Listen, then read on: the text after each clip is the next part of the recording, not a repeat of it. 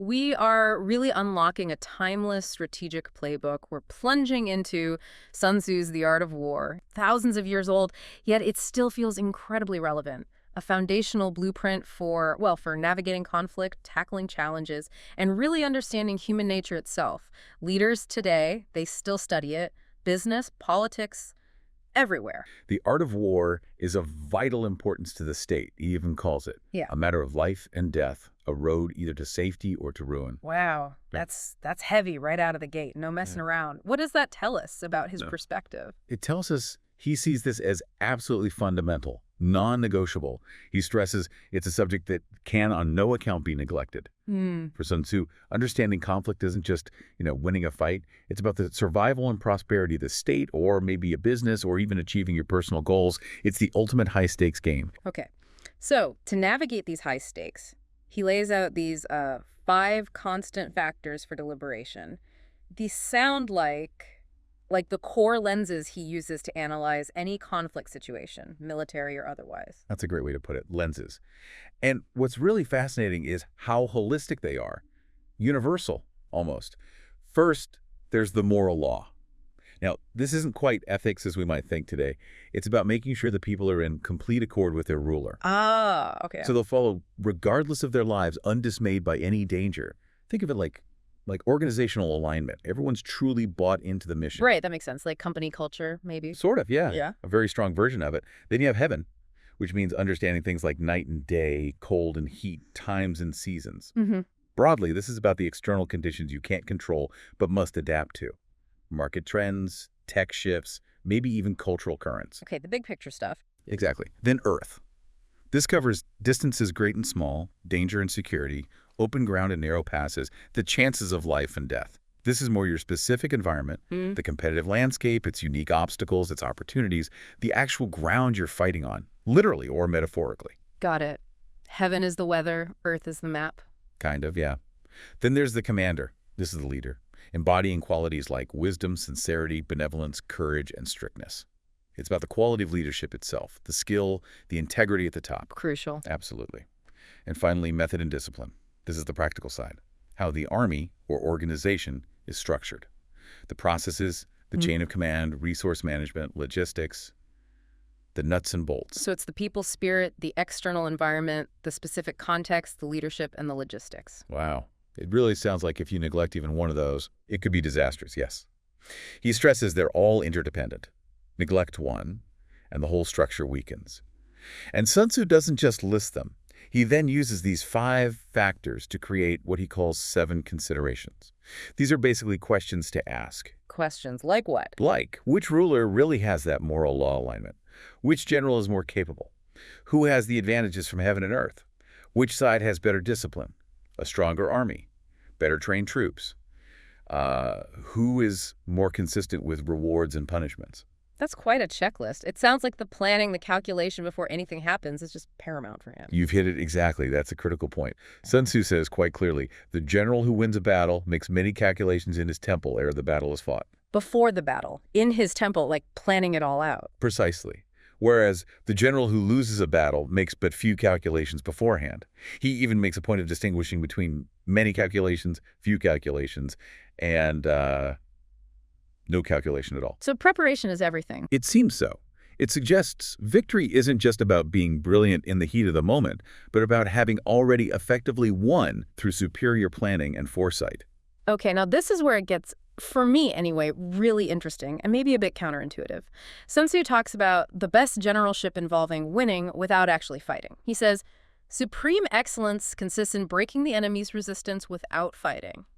Why would a master strategist argue against battle? It's a truly profound idea, isn't it? It goes against that sort of heroic image of victory. He actually lays out a hierarchy. The best, he says, the highest form of generalship is to balk the enemy's plans.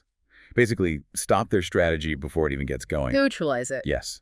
Then the next best is preventing their forces from uniting. Yeah. After that, attacking their army in the field. And then, way down the list, That's the worst. he says, the worst policy of all is to besiege walled cities. Besieging cities, that seems like the ultimate power move. Laying siege, why is that the worst? Because it's incredibly costly and uncertain. He talks about it taking months just to prepare, more months for the assault itself. It consumes vast resources, time, lives. He even says something like, a third of your men could be killed and the city still might not fall. Ouch. The bigger point, the implication of avoiding direct conflict, is about preserving everything. Your resources, your people's lives, even the integrity of whatever you're opposing. Think about it in business. A company innovates, comes out with something so much better that the competitor's product just becomes irrelevant. They didn't need a price war, they just won. They won without the fight. Exactly. Yeah. That's the essence of it. So if you can win without that direct, costly clash, that's the ideal. And this all seems to boil down to that incredibly famous line, doesn't it? Everyone knows this one. You mean? If you know the enemy and know yourself, you need not fear the result of 100 battles. Yes. That's the cornerstone, really, the ultimate insight. And it's not just a catchy phrase. It highlights the absolute necessity of deep, comprehensive understanding. And he doesn't stop there. He warns about the alternatives. If you know yourself, but not the enemy, for every victory, you'll also suffer a defeat. 50-50. Not great odds. Not ideal, no.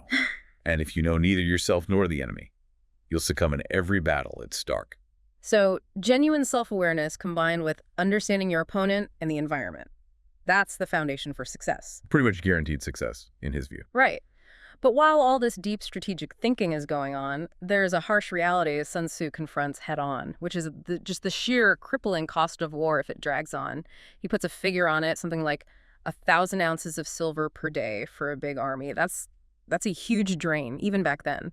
Staggering. And you can absolutely draw parallels to, say, massive modern projects, right, where delays cost fortunes. Oh, definitely. He was acutely aware of the long-term strategic damage.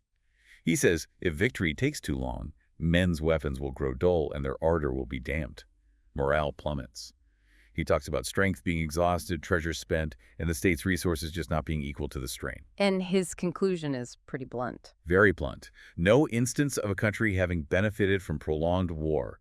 For Sun Tzu, a long struggle is basically a path towards mutual exhaustion, maybe even destruction. Okay, so if long wars are disastrously expensive and draining, what's the wise general supposed to do? How do you manage this? Well, his advice is quite pragmatic, maybe even ruthless. The wise general, he says, makes a point of foraging on the enemy. Living off the land, the enemy's land. Exactly. He even calculates that 1 cartload of the enemy's provisions is equivalent to 20 of one's own. 20 times. Wow. It dramatically reduces the burden on your own people and state finances. He points out that trying to supply a distant army impoverishes your own citizens. So foraging is a kind of radical resource conservation. Make the war pay for itself, or even turn a profit, ideally. That is ruthless, but you can see the cold logic. And it's not just about food and supplies, right? He also touches on motivating your own troops and even handling prisoners. Yes, it's all part of maximizing your strength. He talks about rousing soldiers to anger to make them fight harder and ensuring they get rewards for success. And crucially, he advises that captured soldiers should be kindly treated and kept. Kindly treated. Why? It's not purely humanitarian, though maybe partly. It's strategic. It's about using the conquered foe to augment one's own strength, turn them into assets. Wow. Okay. The overarching goal is always swift, decisive victory, not lengthy campaigns. And every single resource, including those you capture from the enemy, should be used strategically to achieve that end. This leads to another really interesting point about leadership, the general's own judgment and autonomy. Sun Tzu says a wise general must not fight even at the ruler's bidding if victory isn't likely, but also must fight even though the ruler forbid it if victory is certain. That's a huge amount of independence. It really is. It suggests a profound trust in the general's on-the-ground expertise. The person closest to the action often knows best, not the distant ruler. He calls the general the jewel of the kingdom, someone who advances without coveting fame and retreats without fearing disgrace. Focus purely on the outcome. Exactly. But with that autonomy comes massive responsibility. And Sun Tzu is quick to warn about the general's own internal flaws, the 5 dangerous faults, he calls them, things that can lead to ruin. And these sound like they could apply to any leader, couldn't they? Not just military. What are some of them? Oh, absolutely. For instance, recklessness, which leads to destruction. You can picture a CEO maybe rushing into a risky venture without enough thought, just pure overconfidence. Another is cowardice, which leads to capture. Or a hasty temper, easily provoked into rash decisions.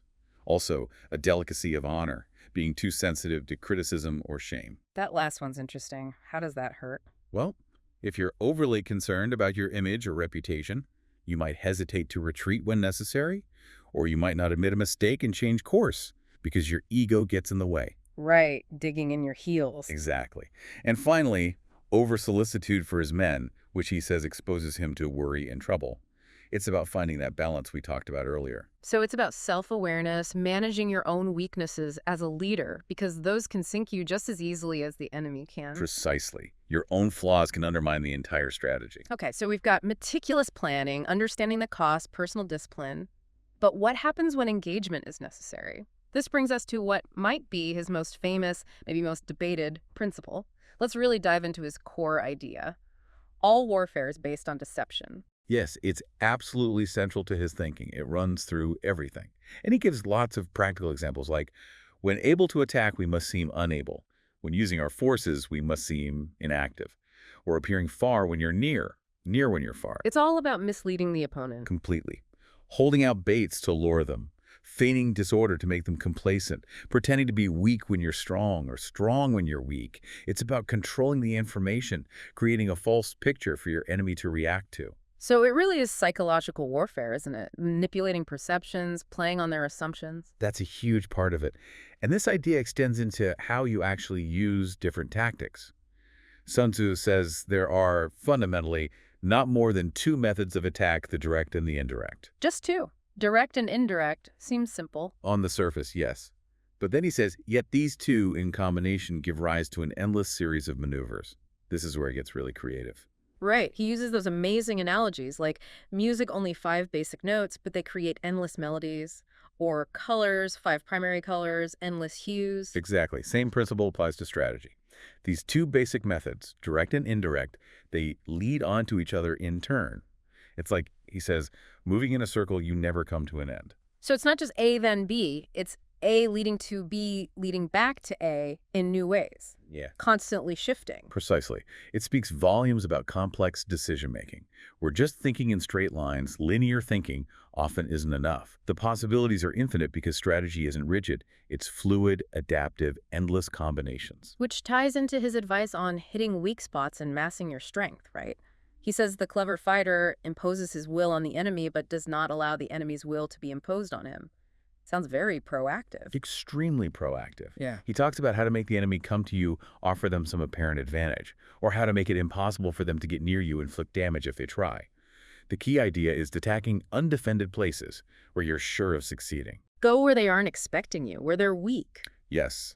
He says the skillful attacker is one whose opponent does not know what to defend, and the skillful defender whose opponent does not know what to attack. That's brilliant. It's about creating uncertainty for the enemy while maintaining clarity for yourself, controlling the terms of engagement. You've got it. And this leads perfectly into maybe his most poetic analogy, the fluidity of tactics, comparing them to water. Ah, yes, the water analogy. He says, do not repeat the tactics which have gained you one victory, but let your methods be regulated by the infinite variety of circumstances.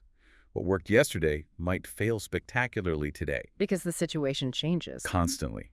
He says military tactics are like water. Water in its natural course runs away from high places and hastens downwards. So tactics should avoid what is strong and to strike at what is weak. And just as water shapes its course according to the nature of the ground, your victory depends on adapting in relation to the foe whom he is facing. So no fixed rules, no permanent shape. Exactly. Just as water retains no constant shape, so in warfare there are no constant conditions. The truly great commander, the heaven-born captain, is the one who can modify his tactics in relation to his opponent. That really emphasizes continuous learning and adaptation, doesn't it? You can't just rest on your laurels. Never. Blindly repeating past success without adapting is, in his view, a recipe for failure in any dynamic situation. Okay, let's shift focus slightly back to the commander, the leader. There's that fascinating balance Sun Tzu talks about regarding soldiers. They must be treated in the first instance with humanity, but kept under control by means of iron discipline. That feels like a constant tension for leaders today, right? Care versus control. It absolutely is. And getting that balance right is critical. Too much softness, and he warns the army becomes like spoilt children, undisciplined, ineffective. Can't rely on them. Right.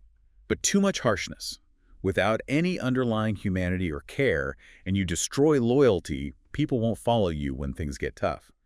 So it suggests a kind of leadership where you have clear expectations, high standards, strict enforcement, but it's combined with genuine concern for your people's well-being. Tough, but fair, essentially. Something like that. Yeah. It's the difference between just being a boss who gives orders and being a leader people actually want to follow. Makes sense. Now, another area Sun Tzu gives incredible detail on is terrain, or what he calls the lay of the land. This isn't just about maps and geography, is it? It seems much broader. Much broader. It's about deeply understanding and then leveraging your environment, whatever that environment is. He knew the physical ground profoundly shapes strategy. For instance, his advice for mountains: camp in high places facing the sun. That's not just about being comfortable. It's about defense, visibility, even conserving energy, practical advantages. Okay. Or rivers. After you cross one, he says, get far away from it. And crucially, don't meet the enemy midstream.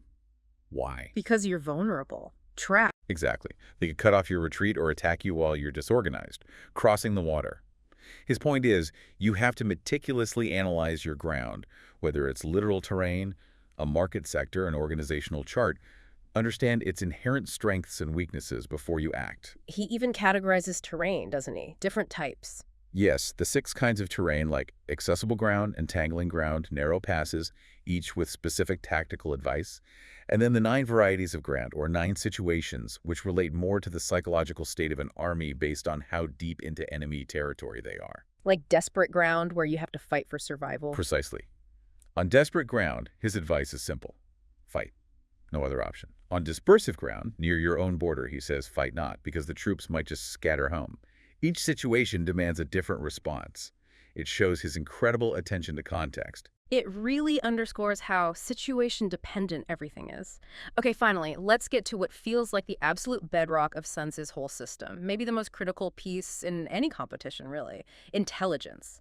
Specifically spies. Ah, yes, spies. He is incredibly forceful about this. He says, to remain in ignorance of the enemy's conditions simply because one grudges the outlay of 100 ounces of silver in honors and emoluments is the height of inhumanity. Wow. Inhumanity. It's a startlingly strong statement, isn't it? He even says such a person is no leader of men. It just hammers home how catastrophic he believed ignorance to be. Information isn't a luxury, it's a necessity. And how do you get this crucial information? He's very clear. Foreknowledge of the enemy can only be obtained from other men, specifically through spies. He even breaks them down into 5 classes. 5 types of spies. Like what? There are local spies, inhabitants of the enemy district, inward spies, officials within the enemy's own government or military, converted spies. These are the enemy spies that you've managed to turn. Doomed spies, your own spies, you deliberately feed false information to mislead the enemy. Sacrificial, essentially. And surviving spies, those who return with news. That's quite a system, and he highlights one type as the most important. Yes, the converted spy, the enemy spy you've turned. Why them specifically? Because, Sun Tzu argues, true inside knowledge, the really valuable stuff about plans and vulnerabilities, can only be derived in the first instance from the converted spy. They have direct access. Think of it today, maybe getting insights from a key former employee of a competitor or, leaked internal documents. It's sensitive, requires immense skill to manage. He talks about needing intuitive sagacity and subtle ingenuity, but it provides the highest quality intelligence. So intelligence isn't just data gathering, it's active cultivation of human sources, especially those inside the opponent's camp. Exactly. And he ends that whole discussion with another powerful line. Be subtle, and use your spies for every kind of business. He sees spies as fundamental, a most important element, because on them depends an army's ability to move. Without good intelligence, you're essentially blind. It connects so directly to modern competitive analysis, doesn't it? Market research, understanding competitor strategy, political polling, even just navigating office politics sometimes. The parallels are absolutely undeniable. Knowing the terrain, managing resources, understand your own people, adaptability, and critically, understanding your adversary through meticulous intelligence. These are universal pillars for navigating any complex competitive environment. Sun Tzu laid out this blueprint thousands of years ago, and it's still just astonishingly relevant. Wow. Okay, what a journey through Sun Tzu's The Art of War. I feel like we've really covered the core. We hit the foundational principles, strategic planning, resource management, then the whole psychological side with deception. The need for adaptability, leadership, understanding terrain, and finishing with that critical role of intelligence. It really is a comprehensive guide.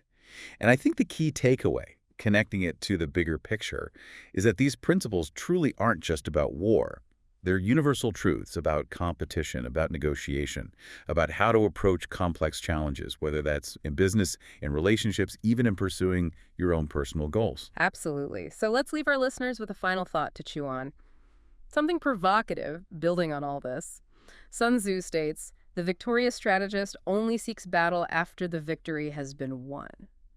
Think about that for a moment. What does that really mean for you? In what parts of your life, what challenges are you facing right now, where maybe you could win by planning and preparing so meticulously, so strategically, that the actual battle, the confrontation, becomes almost a formality, or maybe even completely unnecessary? Hmm. How can you cultivate that state he talks about? Being prepared, waiting to take the enemy unprepared. Something to definitely think about.